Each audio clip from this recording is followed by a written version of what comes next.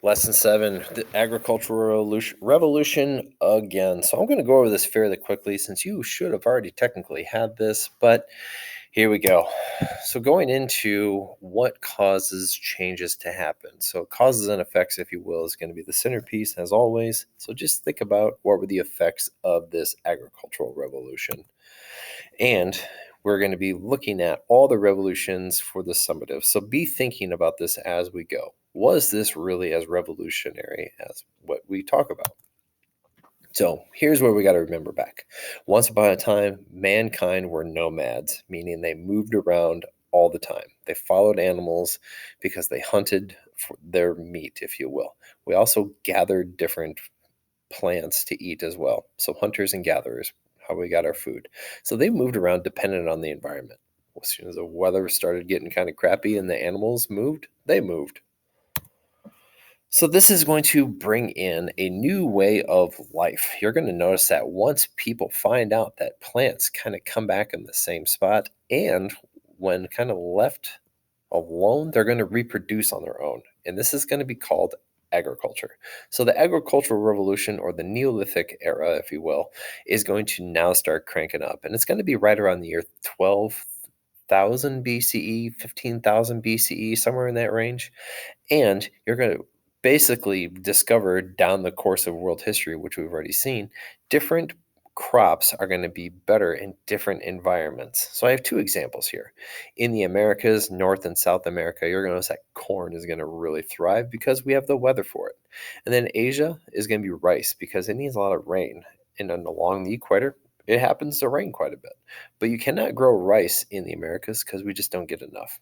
So you're going to notice that this is going to now become staples in these regions' diets, which leads us to our first question. The term used to describe early man that relied on hunting and gathering for food is...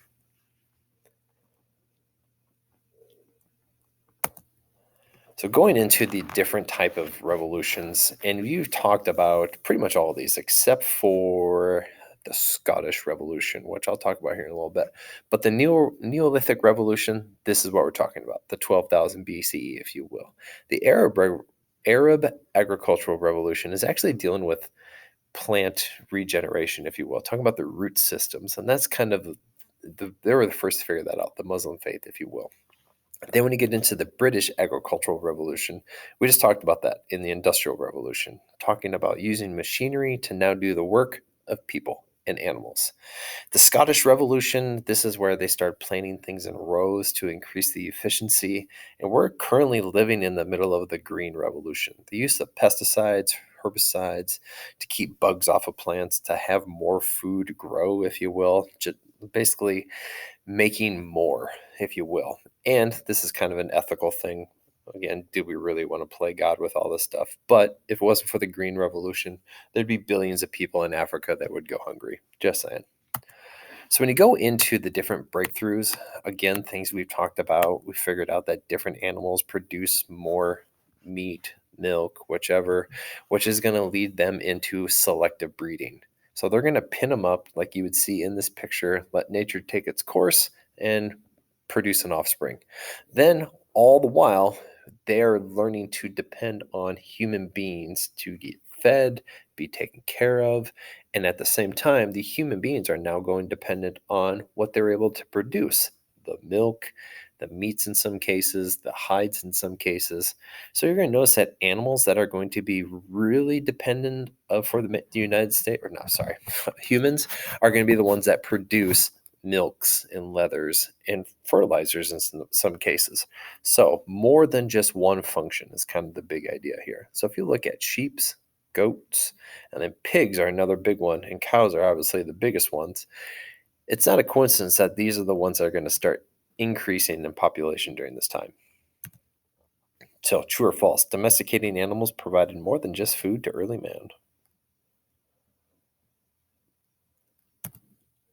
So, what else is happening is that people are going to figure out how to grow more food in less space. And you're going to notice that this is going to cause the population to go up. So, funny thing is, usually when the population goes up, you got to figure out how to grow more food. And as the food production goes up, the population goes up. So, Kind of weird. Plus, animal population goes up as well.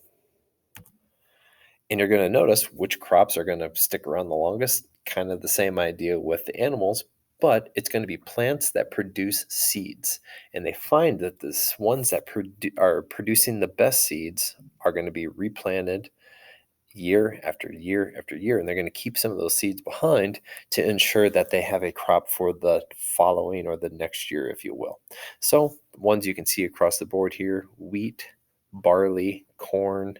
Talked about some of the rye, talked about some of the rices already, oats, and what thing called millet, more for feed of animals. But these are going to be all things that are going to be sticking around still to this day.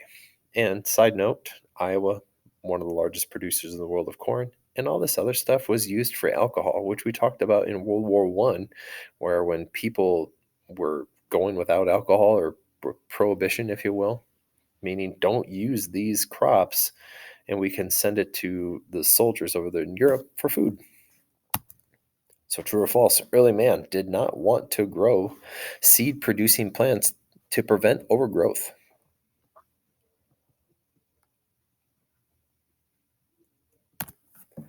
So, here is some food for thought. And yes, I know I made that joke before, but it's just so funny. So, food for thought: in the agricultural revolution, it's going to cause now a demand for technology to improve.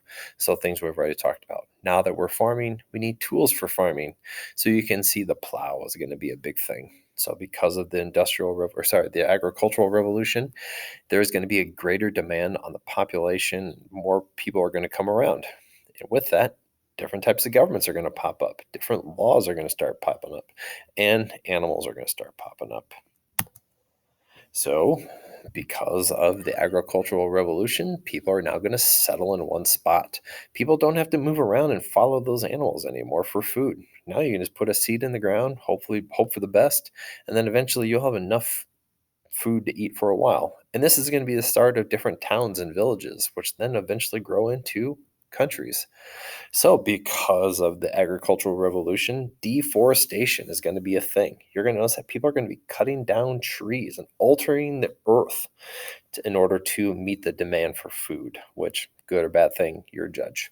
And then also, it's going to create a food surplus, which is going to be another reason why trade is going to happen in the intermingling of cultures. So, big deal.